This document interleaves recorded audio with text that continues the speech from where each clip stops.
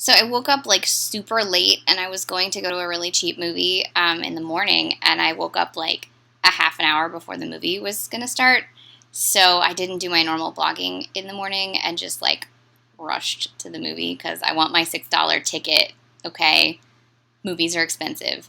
Um, there's this one theater in the Burbank Mall, the AMC 8, not to be confused with the AMC 16 and the AMC 12 that are all in the same area, like within 2 minutes of each other. The AMC 8 is across from the Cinnabon in the mall there, and it is like where they stick movies that aren't going to play anywhere else. And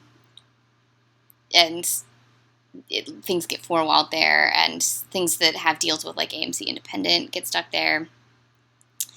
Pretty much if it's not playing anywhere else in LA, it's probably playing in that theater. So I see a lot of random things there. Today I saw Big Stone Gap, which for some reason is listed as a 2014 movie. It must have opened, it played at the Virginia Film Festival in 2014. It's because it's set in Virginia, in Big Stone Gap, which I was looking up. It has a population of just shy of 6,000 people. So it's a small town, but it's not as small as my hometown, which had about 2,800 people. It's also a real small town for you. And it's based on a novel by a woman named Adriana Trigiani, who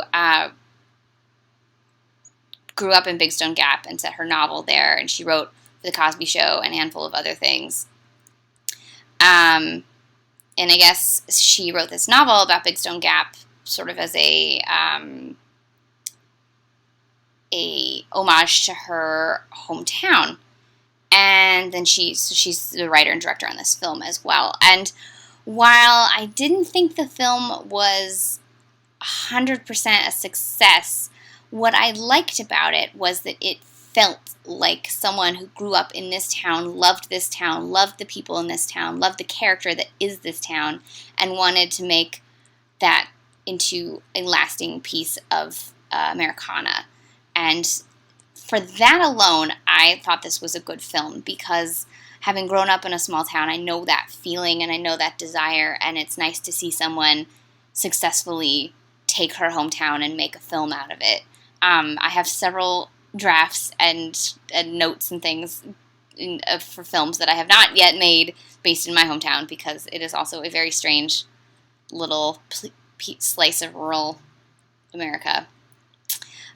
This was set in the 70s.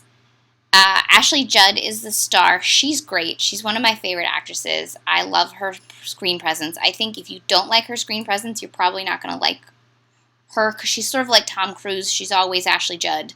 You know, well, Tom Cruise is not always Ashley Judd. Tom Cruise is always Tom Cruise, but you know. And so if you don't like Ashley Judd, you're not going to like this movie. But if you like her and you're a fan, she's great in this. It also stars Patrick Wilson, Whoopi Goldberg, Jenna Elfman, Anthony LaPaglia, and a little bit of Jane Krakowski. There were some aspects, because it's set in the late 70s, so it's based on sort of a different time, if you will, even though 1978 doesn't feel that long ago, it really was. And so some of the values are a little skewed, you know, and everyone's concerned because Ave Maria, the main character, is 40 and unmarried, and then her mother dies in the first 10 minutes, and then suddenly it's this whole big thing about her not being married. But there's also a family secret that comes out in the mother's will, and that causes some shenanigans. And it's, as much as I too hope to someday find someone to love, that is not my number one priority, and I always take films where that's the woman's main goal in life with a grain of salt, and the ending, like, could have been something really transcendent, and instead it was just, you know, she gets the guy, which is Patrick Wilson, which I'm about to spoil a few things. They're both 40, they've both known each other their whole lives, and I don't quite understand how, like, there's a line at the end where he does this big grand sweeping gesture for her, and it's a really beautiful moment.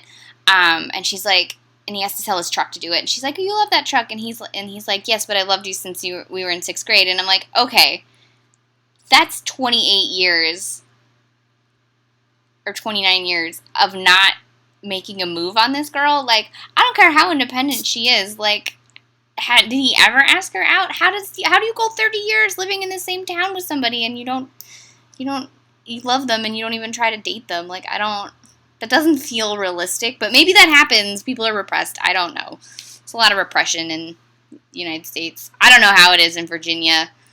They say Virginia's for lovers, but apparently it takes 30 years. But I liked all the performances. I thought everyone was great. Sort of not quite a Southern Gothic feel, but almost. There's this children's book series that I like to read called oh god, the first one's called 3 Times Lucky, and it's sort of set in a similar kind of small town, and it has the same sort of feel to it. And so I feel like that's sort of part of the storytelling tradition of that part of the country. And so it's interesting to see these very different types of storytelling getting made now with the use of independent film, and it's kind of nice. So I know this was not well reviewed, and I can't fault the reviewers for it because it's not really that great of a movie. But it's just, for me, because I came from a small town, I can appreciate it on that level of yes, this feels like you grew up here and you recreated it and you immortalized it, and I really can relate to that feeling. So that's pretty much why I love this movie. But also Patrick Wilson is really gorgeous, and staring at him for an hour and a half is really not a chore. There's a lot of baked goods in this movie. So this is playing in various AMCs. I think it's got a deal with AMC. And it just came out on Friday. So it's a 2015 film by Adriana Trigiani called Big Stone Gap, starring Ashley Judd and Patrick Wilson. If you like some treacly romance with small town shenanigans, you will enjoy this movie. If you don't like that kind of stuff, you probably want to skip it. But I enjoyed it. So, I don't know. Maybe you'll like it. Maybe you won't. Go see a movie, regardless.